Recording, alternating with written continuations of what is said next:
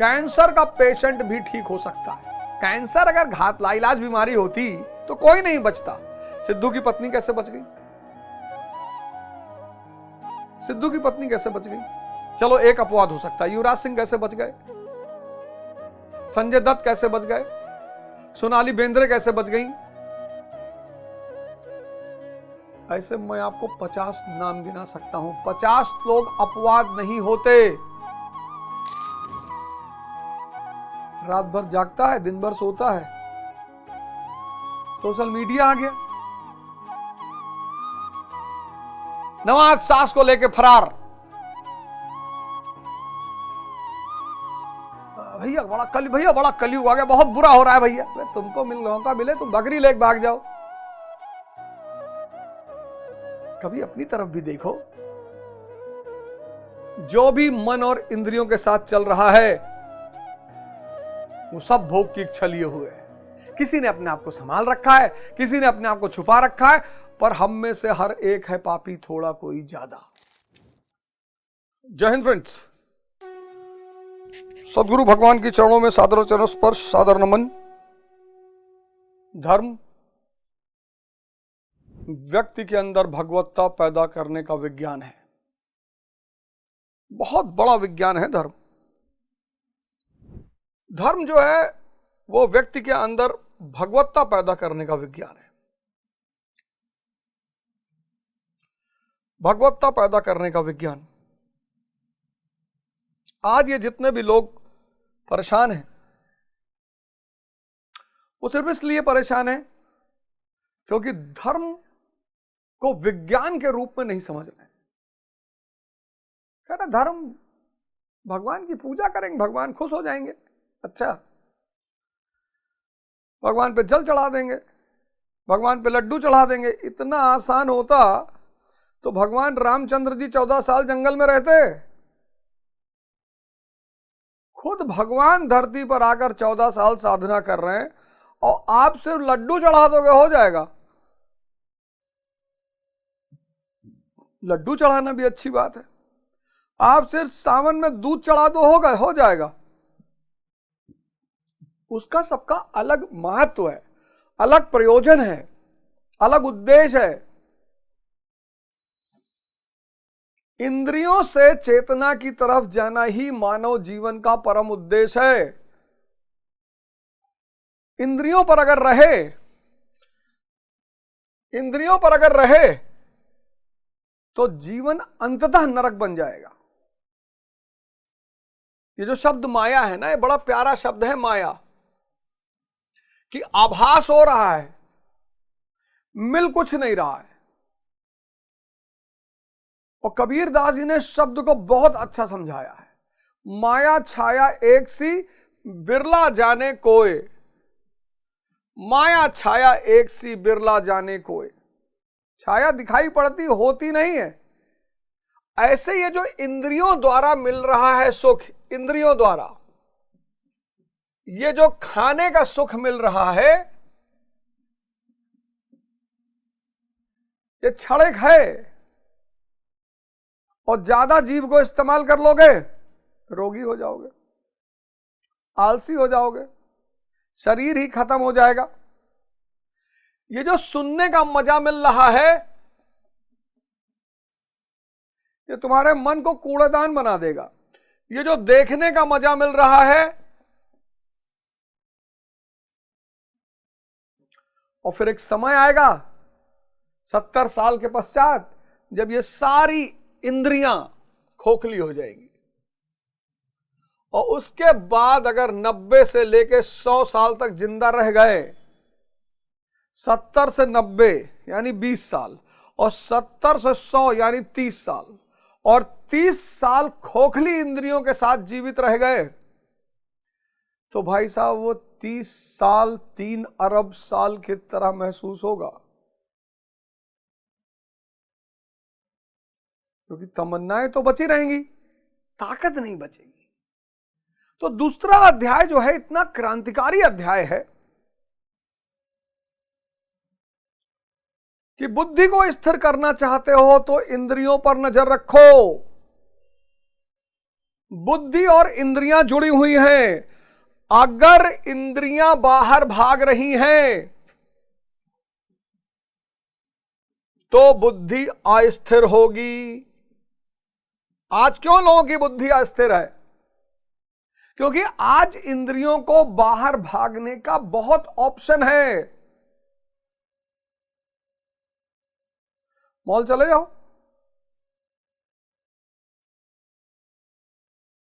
Mall चले जाओ, बड़ा प्यारा चीज है मॉल। और या बाहर चले जाओ, मॉल चले जाओ और या बाहर चले जाओ। मॉल चले गए तो तमाम जनता, हर तरह की शॉप, पीवीआर, बार, तुम्हारे सारी 10 इंद्रियों की व्यवस्था कर रखी है कि आओ। और यहां ये तो शैतान का पूजा घर है। यहां शराब, स्त्री, जैसे भगवान का पूजा घर मंदिर है, मस्जिद है, गुरुद्वारा है, ऐसे शैतान का पूजा घर है बाहर। पूंजीवाद को समझ में आ गया, पूंजीवाद को पता है कि बाहर उलझाए रखो।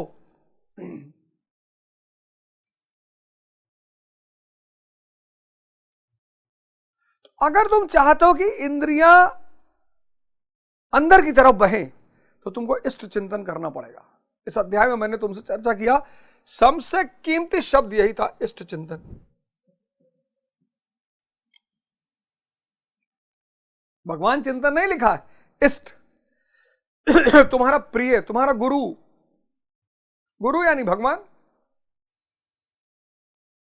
भगवान यानी ऊर्जा। और जैसे ही तुम गुरु का स्मरण करोगे, वो जो इंद्रिय तुम्हारी भाग रही बाहर की तरफ, माया खींच रही है, और माया की अपनी शक्ति है, और तुम हो कमजोर। इस सिद्धांत को समझो। अब अवध, अब इसकी सारी इंद्रियां बाहर भाग रही माया की तरफ, और यह बेचारा कमजोर आदमी यह असहाय होकर देख रहा है। और इसी वक्त इसने इष्ट चिंतन, अपने गुरु का चिंतन करना शुरू किया। अब गुरु यानी भगवान, और माया की शक्ति भगवान की शक्ति के सामने कुछ भी नहीं है। तो जैसे ही अवध ओझा ने गुरु का चिंतन किया, गुरु की शक्ति इनकी शक्ति बन गई और इंद्रिय अंदर की तरफ आ गई। ये बहुत बड़ा विज्ञान है, बहुत बड़ी टेक्निक है। कबीरदास जी ने कहा ना, ये तन विष की बेलरी, गुरु अमृत की खान। ये तन विष की बेलरी, आंख, नाक, कान, जीभ, ये सब भाग रही माया की तरफ। ब्लू फिल्म दिखवा दो, ब्लू फिल्म दिखवा दो, 3-3 दिन बिना आंख बंद किए लोग बैठे रहेंगे, 3-3 दिन। इनसे कहते भैया 10 मिनट बैठ के योग कर लो। नहीं, आज मौसम नहीं ठीक है, पानी पानी गिर रहा है बहुत, आज गर्मी बहुत है। बहाना मन की मिठाई है, बहाना मन की मिठाई है। मन को भी तो कुछ आनंद लेना है, तो बहाना मन की मिठाई है। इष्ट चिंतन अनिवार्य है। गीता में लिखा इष्ट चिंतन अनिवार्य है। ये दूसरा अध्याय कितना कीमती अध्याय है। और जैसे ही तुम ध्यान करने लगोगे, तुम्हारा मन तुम्हारी पकड़ में आना शुरू हो जाएगा। ध्यान मतलब मन को पकड़ने का विज्ञान। मजदूर और मालिक, ये जो है, ये मेहनत करता है मजबूरी में,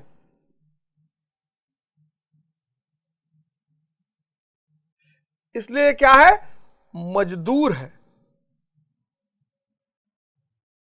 जो मेहनत मजबूरी में करे वो मजदूर, और ये मालिक, ये मेहनत नहीं करता, ये मौज करता है। किसमें? मस्ती में। और ये क्या है? मालिक। कभी तुमने अगर मकान बनवाया हो तो जो काम करने वाले नौकर होते पूछते रहते, भैया क्या बच गया भैया? 4:30, आधा घंटा बचा है। क्या बच गया भैया? 4:45, 15 मिनट बचा है। क्योंकि मजा नहीं आ रहा मजदूरी में। और वही मालिक दिन भर खड़ा होकर मकान बनवा रहा है उसी धूप में। अरे कह रहा है यार मजदूर, अरे मिस्त्री आधा घंटा और कर लो, 10 मिनट का काम बचा और कर लो। इसको मजा आ रहा अपना मकान बनवाने में, इसके लिए मजदूरी है, मजबूरी है। अगर किसी काम में सफलता चाहते हो, उस काम को अपनी मौज बना लो। नहीं बन रहा है, ध्यान शुरू कर दो, मन की दशा को देखना शुरू करो और यह देखो कि यह तुम्हारा मन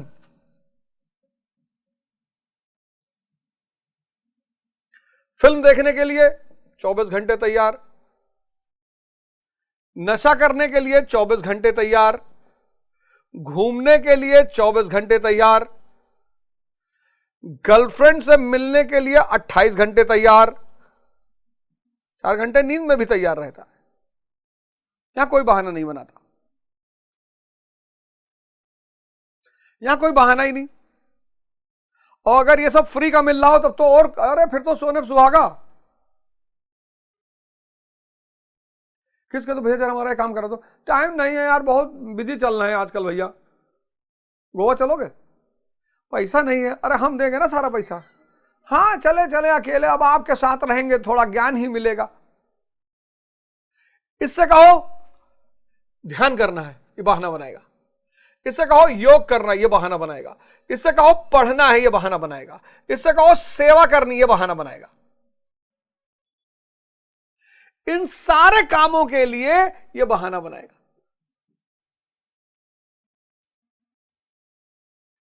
और अगर इन सारे कामों के लिए बहाना बना रहा है, यही ध्यान है, अपने मन की दशा को देखना।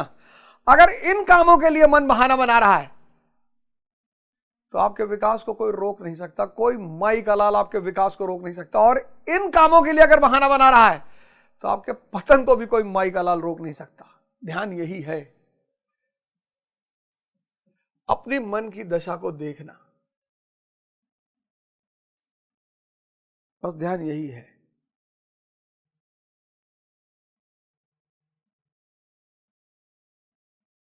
और कुछ भी नहीं है ध्यान। लोग कहते सर हमें, लोग हाथ दिखाते, कुंडली दिखाते, ठीक है वो भी एक विज्ञान है, लेकिन हाथ और कुंडली दिखाने से अच्छा तुम अपना मन देख लो, ट्राई कर लो आज। अगर तुम्हारा मन इन चीजों के लिए बहाना बनाता है और इसमें अपने आप लगा हुआ है तो तुमको सफल होने से कोई रोक नहीं सकता। और अगर तुम्हारा मन इन चीजों के लिए बहाना बनाता है और यहां अपने आप लगा हुआ है तो तुम्हारे पतन को कोई रोक नहीं सकता। इसमें इतना मेहनत करने की क्या बात है? इष्ट चिंतन अनिवार्य है। योग साधना रहित व्यक्ति के अंदर भाव नहीं होगा, भाव नहीं होगा तो शांति नहीं होगी, शांति नहीं होगी सुख नहीं होगा, सुमरन नहीं चलेगा। निशा रात्रि संसारी के लिए, परमात्मा, क्योंकि परमात्मा के बारे में उसे कोई सूचना नहीं मिल रही, हो भी नहीं और हर जगह हो, तो परमात्मा संसारी के लिए निशा है। और इंद्रिय सुख सन्यासी के लिए निशा है। वो जानता है कि कुछ भी नहीं है, यह क्षणिक विचार शून्यता है। हर सुख, सुख का मतलब ही है क्षणिक विचार शून्यता। ये आप ही के अंदर है। सुख का मतलब ही है क्षणिक विचार शून्यता।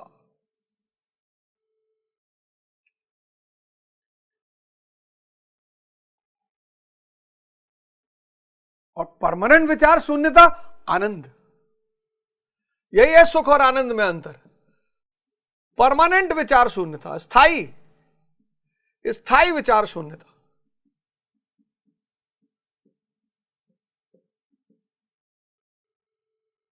इंद्रियां बाहर भागेंगी, बुद्धि विचलित रहेगी। अब इंद्रियों को अंदर बुलाना है तो माया की शक्ति है, तो बिना शक्ति को पाए माया की शक्ति से निपट नहीं पाओगे, तो इष्ट पकड़ लो, गुरु पकड़ लो। इसीलिए इस देश ने गुरु को अपरिहार्य कहा।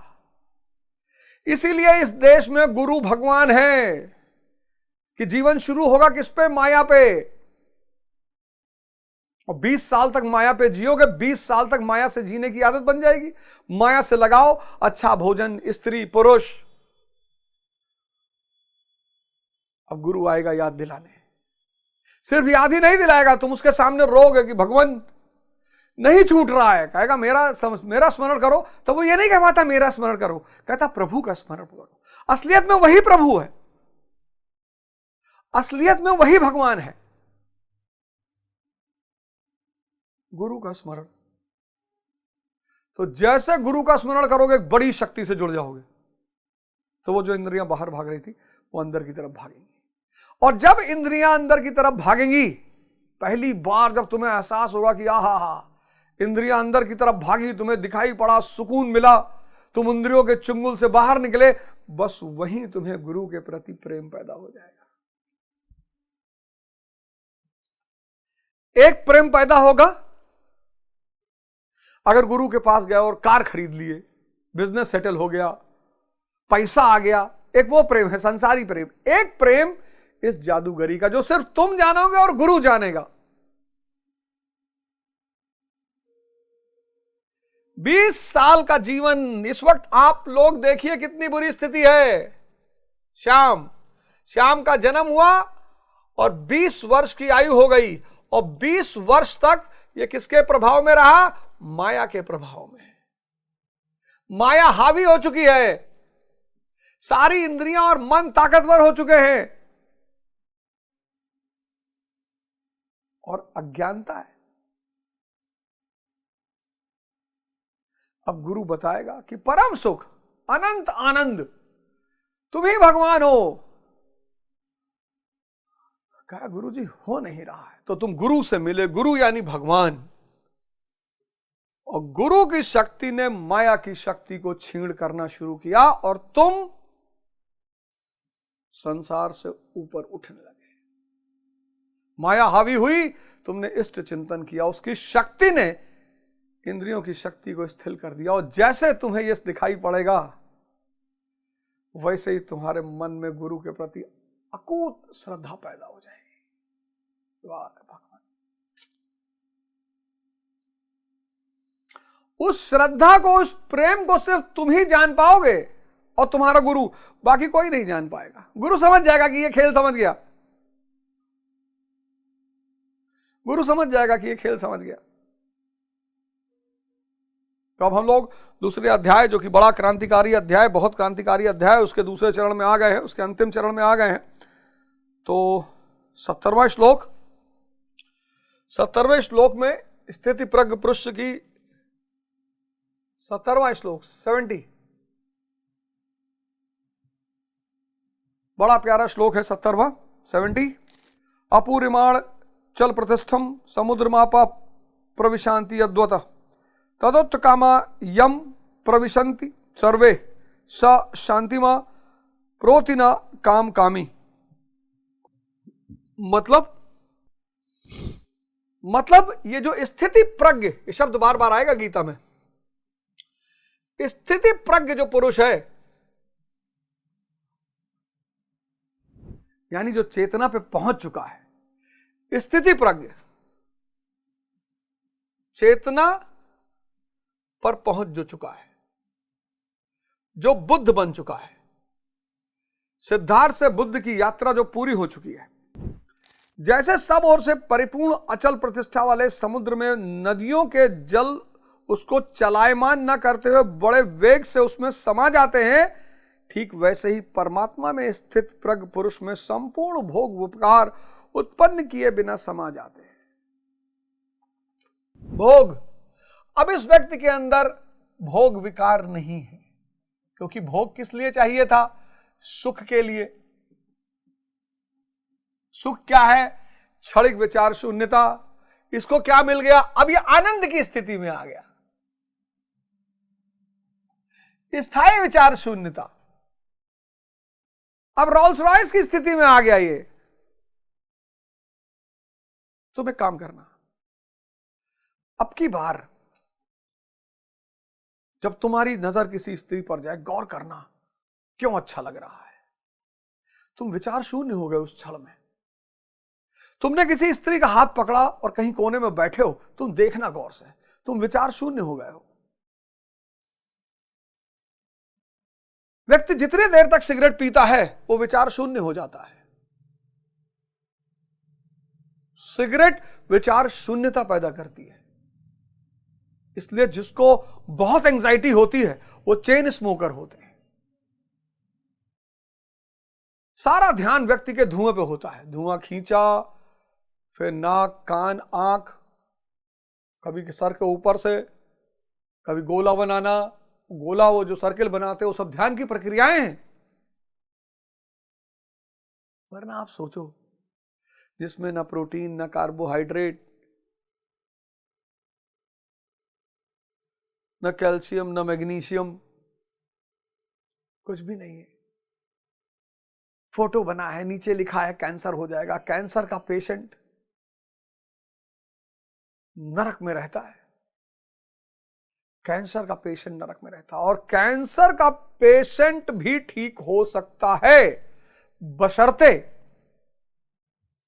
कैंसर का पेशेंट भी ठीक हो सकता है। कैंसर अगर घात लाइलाज बीमारी होती तो कोई नहीं बचता। सिद्धू की पत्नी कैसे बच गई? सिद्धू की पत्नी कैसे बच गई?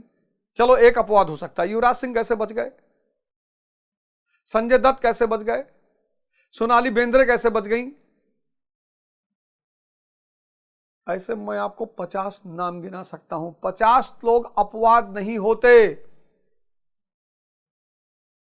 कैंसर के पेशेंट को दो चीजें चाहिए होती। एक बहुत शानदार वातावरण, तुलसी के आयुर्वेदिक सिस्टम, तुलसी, नीम वगैरह, और नीम के पेड़ के नीचे बैठकर 1 घंटा प्राणायाम। इमली का नहीं तो 6 दिन में मर जाएगा। नीम के पेड़ के नीचे, नीम के पेड़ के नीचे सुबह सुबह 5 से 6 1 घंटा प्राणायाम। भाई साहब, वो जो ऑक्सीजन अंदर जाएगी ना, वो कीमोथेरेपी का बाप होगी। वो नीम के पेड़ के नीचे की जो हवा होगी, वो जब अंदर जाएगी, जब वो भस्त्रिका करेगा, वो कीमोथेरेपी का बाप होगी। कैंसर का पेशेंट बच जाएगा। डाइट, संगत। भारत में किसी कैंसर होता जो लोग देखने आते हैं, गुड्डू भैया तो 15 दिन में मर गिरा। कोई कैंसर का पेशेंट कैंसर से नहीं मरता। ये अगल बगल वाले उसको डरा डरा के मार डालते। इतना भय उसके अंदर पैदा कर देते, इतना भय पैदा कर देते हैं। ध्यान, ज्ञान और आयुर्वेद, ये 3 चीज कैंसर का इलाज है। और कैंसर का पेशेंट सिर्फ शरीर से लड़ता है, उसको पता ही नहीं उसके पास 2 शक्तियां और है। जब भी आप किसी बीमारी से लड़ें, आप एक ही शक्ति से क्यों लड़ते हैं? आप बीमारी आपके शरीर को हुई, अब 2 शक्तियां आपके पास और है। मन की शक्ति, तुरंत मन को एक्टिवेट कर। ध्यान का मतलब क्या? कि मन को ताकतवर बनाइए। जितने लोग उस बीमारी से ठीक हुए सबकी फोटो लगाइए और सुबह दोपहर शाम उनको देखिए। जो भी कैंसर के पेशेंट हैं, वो जितने भी कैंसर के पेशेंट ठीक हुए हैं कैंसर की, सबकी फोटो लगा लीजिए। सुबह दोपहर शाम उनको देखिए। और जो भी आगे आपसे कहे गुड्डू भैया मर गया, पटक के 50 डंडा मारिए उसको। अपने मन को मजबूत कराइए। ध्यान है, योग करिए, नीम के पेड़ के नीचे बैठकर तुलसी का काढ़ा पीजिए। जो बहुत सारे नेचुरोपैथ डॉक्टर आपको बता रहे हैं, उन दवाइयों का सेवन करिए, आप बच जाएंगे। आप बच जाएंगे। हमारे यहां, हमारी सोसाइटी में बलराज सिंह जी रहते हैं, 30 कीमो ले चुके हैं। 30 आज सुबह मिले मुझे। अरे बोले भाई साहब क्या बात करते हो, कैंसर की मजाल है, हमें कुछ कर ले। 30 कीमो ले चुके हैं, 30। तो आपके पास 2 शक्तियां और हैं बीमारी से लड़ने के लिए। आप उन दोनों, आप सिर्फ दवा का इस्तेमाल करते हैं, आप 2 शक्तियों का इस्तेमाल नहीं करते। आप एक मन की शक्ति और एक अपनी चेतना की शक्ति को एक्टिवेट करिए और फिर उन 2 शक्तियों के सहारे अपनी बीमारी से लड़िए। दवा, मन और चेतना, और इन 3 शक्तियों के सहारे आप अपनी बीमारी से लड़िए और कोई भी बीमारी से आप 15 दिन के अंदर बाहर आ जाएंगे। तो पहला क्वालिटी क्या है? स्थिति परक, भोग विकार से मुक्त। सुख चाहिए नहीं उसको, उसको मारुति 800 चाहिए नहीं, उसको रोल्स रॉयस मिल गई है। लोग कहते हैं बहुत त्यागी है, बुद्ध बेचारे बहुत त्यागी है, महावीर बहुत त्यागी है। कोई त्याग नहीं किया, तुम देख ही नहीं पा रहे उनको मिला क्या। तुमको अगर दिखाई पड़ जाए कि उनको क्या मिला है तो तुम्हें पता चलेगा उनसे बड़ा कोई भोग ही नहीं है। उनका भोग दूसरे पे डिपेंड नहीं, पत्नी नहीं चाहिए, कार नहीं, कुछ चाहिए, आनंद स्वरूप में आ गए अपने। फिर तो जैसे नदियां आके समंदर में समा जाती हैं बिना समंदर के वेग को बढ़ाए, ऐसे ये सारी इंद्रियां उस जागृत पुरुष के अंदर आके समा जाती हैं। ऐसा पुरुष परम शांति को प्राप्त होता है, ना कि भोगों को चाहने वाला। स्वाभाविक सी बात है, सारी अशांति क्या है? बाहर भागने में। पत्नी लाए हो सुख के चक्कर में तो चरस किए हुए, गाड़ी खरीदे हो सुख के चक्कर में, चरस किए। तुम गौर करो तुम्हारे कष्ट का कारण क्या है? ये सुख। ये सुख की जो तलाश है, ये तुमने एक स्त्री से प्रेम किया, और प्रेम किया तो अच्छी बात है, पर तुम कह रहे हो वो वाला प्रेम, वो वाला, वो दूसरा वाला प्रेम। तुम इसकी शरीर को भोगना चाहते हो, स्त्री की शरीर को। तब जब उसे पता चल जाता है कि अरे ये तो भोग रहा है, भोग कर रहा है और नाम दे रहा प्रेम, तब ठोकेगी नहीं? तब तो कहेगी ही लिपस्टिक ले आओ मेरी, ये 50 रुपए वाली नहीं, वो 5000 की, शैम्पू मेरा 10,000 का, और हर महीने मुझे 5 लाख रुपए दे दिया करो खर्चे के लिए। तुम स्त्री को भोगना छोड़ दो, वो तुम्हारा शोषण बंद कर देगी, गारंटीड। तुम गाड़ी ले आए मर्सिडीज, तुम्हारा काम स्विफ्ट से भी चल सकता था, तुम मर्सिडीज ले आए। अब इसका मेंटेनेंस 1 लीटर में 5 किलोमीटर चलेगी।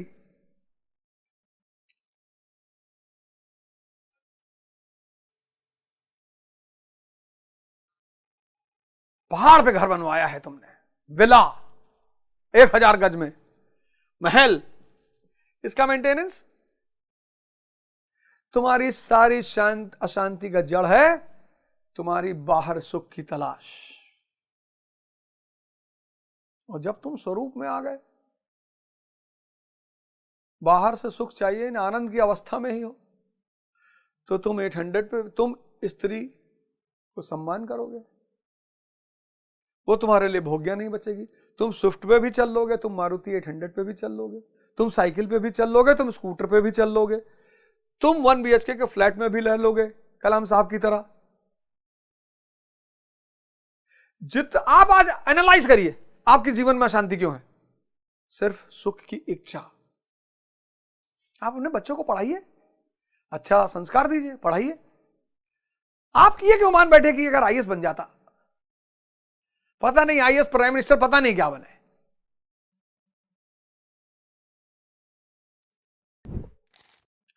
भयंकर वेग से बहने वाली सहस्त्रों नदियों के स्रोत फसल को नष्ट करते हुए, हत्याएं करते हुए, नगरों को डुबोते हुए, हाहाकार मचाते हुए बड़े वेग से समुद्र में गिरते हैं, किंतु समुद्र को ना 1 इंच ऊपर उठा पाते हैं और ना गिरा ही पाते हैं, बल्कि उसी में समाहित हो जाते हैं। ठीक उसी प्रकार स्थिति प्रज्ञ महापुरुष के प्रति संपूर्ण भोग उतने ही वेग से आते हैं किंतु समाहित हो जाते हैं। उन महापुरुषों में ना शुभ संस्कार डाल पाते ना अशुभ। योगी के कर्म अशुक्ल और अकृष्ण होते हैं। योगी के कर्म अशुक्ल और अकृष्ण।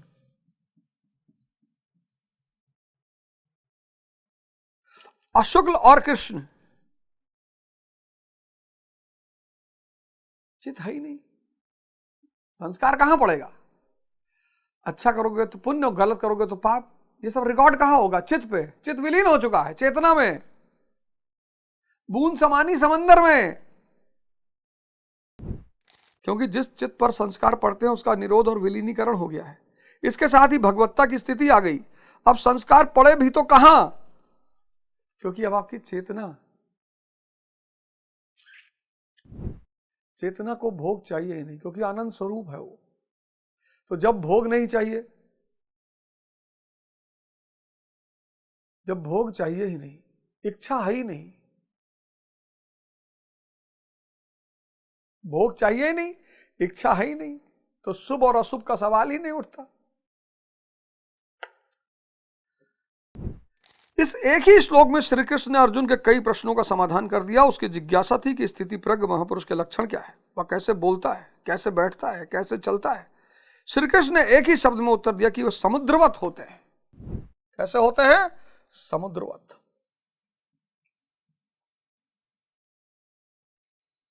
सब नदियां उनमें समा चुकी होती हैं।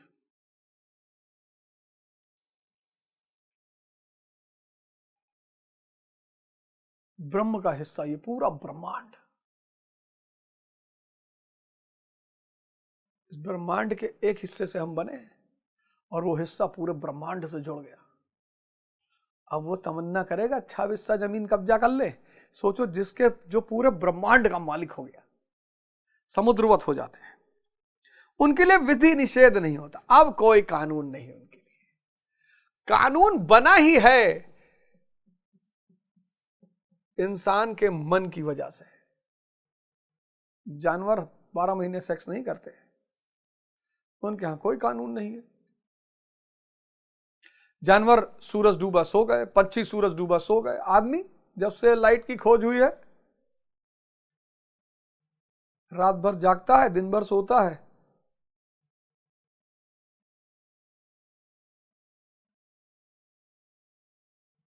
सोशल मीडिया आ गया, नवाज सास को लेके फरार। भैया बड़ा कलयुग आ गया, बहुत बुरा हो रहा है भैया। तुमको मौका मिले तुम बकरी लेके भाग जाओ। कभी अपनी तरफ भी देखो। जो भी मन और इंद्रियों के साथ चल रहा है वो सब भोग की इच्छा लिए हुए है।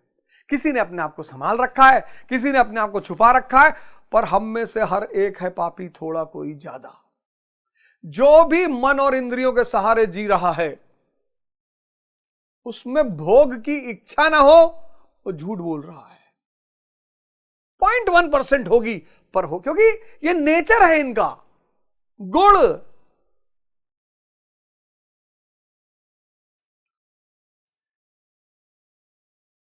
इसलिए जो अपने मन को ढाल लेते हैं ना, संस्कारी हो जाते हैं, आमतौर पर पाखंडी होते हैं। समाज के लिए एक शब्द है संस्कारी। बहुत संस्कारी बच्चा है। बड़े बड़े संस्कारी बच्चों को मैंने देखा अपने हॉस्टल में, अपने जीवन में। अपने माँ बाप के सामने तो वो इतने अच्छे लाल थे, उनके पेरेंट्स जब हमारे सामने बैठे कहे हमारे बच्चे को देखो, मैं मन में सोचूं कि देख रहा हूं तुम्हारे बच्चे को। उन संस्कारी लड़कों ने, लड़कियों ने जो जो कमाल ढाए दुनिया में,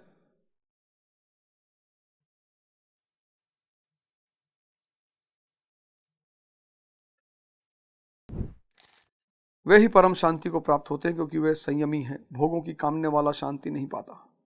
इसी पर पुनः बल देते हैं। 71वां श्लोक। विहाय कामन्य सर्वान् पुंसरति निष्पृह निर्ममो निरंकार स शांतिमधि गच्छति। जो पुरुष संपूर्ण कामनाओं को त्याग कर निर्मम, मैं और मेरे के भाव तथा अहंकार और स्पृहा से रहित हुआ बरतता है, वह उस परम शांति को प्राप्त होता है, जिसके बाद कुछ भी पाना शेष नहीं रह जाता। मानी सी बात है। आप मैं से ऊपर उठ गए, चेतना पे चले गए। चेतना यानी ब्रह्मांड।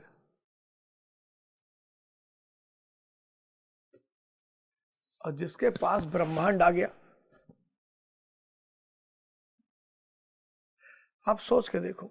बुद्ध आपको बाहर से देखने में लगता है सन्यासी, त्यागी, सरल, लेकिन जिस दिन आप ध्यान की दुनिया में उतरोगे, आपको बड़ी हंसी आएगी। ये धीरू भाई अंबानी जी तो बहुत बड़े बिजनेसमैन थे। उनके बेटे जो हैं मुकेश अंबानी जी, ये एलन मस्क। संसारी की आंखें सतही होती हैं। आपको ये लोग धनी दिखाई पड़ते होंगे, मुझे तो परम धनी दिखाई पड़ते हैं भगवान बुद्ध, भगवान महावीर, कबीरदास जी, गुरु नानक देव जी, ब्रह्मांड। लेकिन उसके लिए इस आंख का खुलना जरूरी है। और ये आंख खुलेगी ही ध्यान करने से। ऐसा 72वां लास्ट श्लोक, ऐसा ब्राह्मी स्थिति पार्थ नैनाम प्राप्य विमुहति स्थिति स्थित श्यामंत काले आप ब्रह्म निर्वाण मृक्षति। पार्थ, उपयुक्त स्थित ब्रह्म को प्राप्त हुए पुरुष की स्थिति है। समुद्रवत उन महापुरुष में विषय इंद्रियों की तरह समा जाते हैं। वो पूर्ण संयमी और प्रत्यक्ष परमात्मदर्शी हैं। केवल अहम ब्रह्मास्मि पढ़ लेने या रट लेने से यह स्थिति नहीं मिलती, साधन करके ही इस ब्रह्म की स्थिति को पाया जाता है। ऐसा महापुरुष ब्रह्मनिष्ठ में स्थित रहते हुए मानव शरीर के अंतकाल में भी ब्रह्मनाद को ही प्राप्त होता है। अब एक तो पुरोहित का मार्ग है कि रट लो, बस रट लो, नमामि स्मीशान निर्वाण रूपम विभम व्यापकम ब्रह्म वेदे स्वरूपम अजम निर्गुणम निर्विक्लम निर्हम चिदाकाशमाकाश वासम भजे हम, रट लो। एक संतों का मार्ग है कि जान लो, एक स्मृति का मार्ग है, एक स्मृति का मार्ग है, एक ज्ञान का मार्ग है। रटा हुआ है, साहब खोपड़ी में भरा हुआ है, टक टक टक टक टक टक टक टक टक टक टक बोले जा रहा है। In 1935, when India was playing against Pakistan, Vijay Hazare told Vijay Merchant, "Look, Vijay Merchant, it is not the time for consideration. Ultimately, you have to consider and take a run." एक की तीसरी आंख खुल गई है। ये पुरोहित का मार्ग है। हिंदू पुरोहित, मुस्लिम पुरोहित, क्रिश्चियन पुरोहित, पर वो भी जरूरी है। पुरोहित स्कूल के स्तर के लोग हैं, संत विश्वविद्यालय।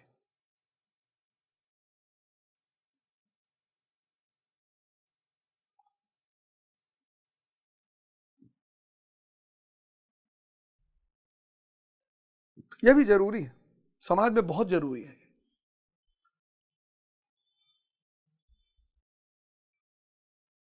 दूसरा अध्याय, आशा करता हूं कि पहला 2 अध्याय अगर आपको समझ में आ गया होगा तो आपके जीवन में एक बहुत बड़ी क्रांति। शपथ लीजिए, पहले तो एक गुरु बनाइए। कई लोग आते कहते सर आप हमारे गुरु, अरे जाओ यार अपना काम करो, हम खुद ही दूसरे की डोर पकड़े हुए हैं। ये तो मुझे आदेश मिला है तो मैं पढ़ा रहा हूं।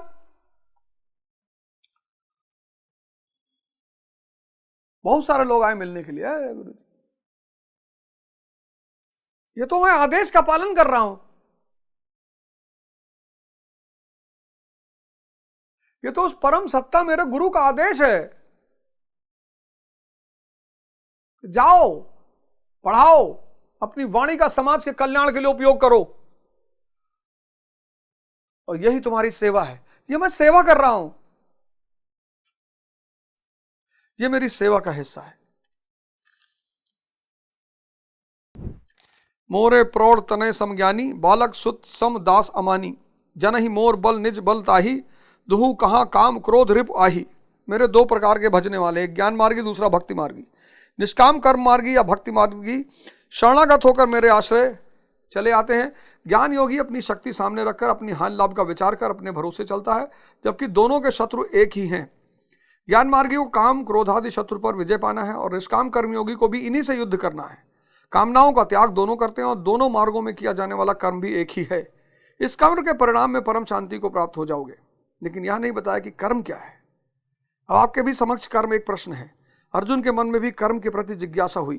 3रे अध्याय के आरंभ में उसने कर्म विषयक प्रश्न प्रस्तुत किया है। इस प्रकार श्रीमद् भगवत रूपी उपनिषद एवं ब्रह्म विद्या तथा योग शास्त्र विषयक श्री कृष्ण और अर्जुन के संवाद में कर्म जिज्ञासा नामक दूसरा अध्याय पूर्ण होता है।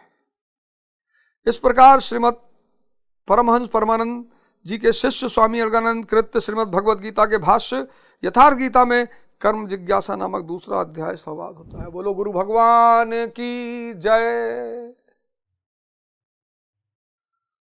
बोलो भगवान परमानंद की जय, बोलो भगवान अलगानंद महाराज की जय। 1 साल लगा मुझे आपको 2 अध्याय पढ़ाने में, 1 साल लगा, 1 साल।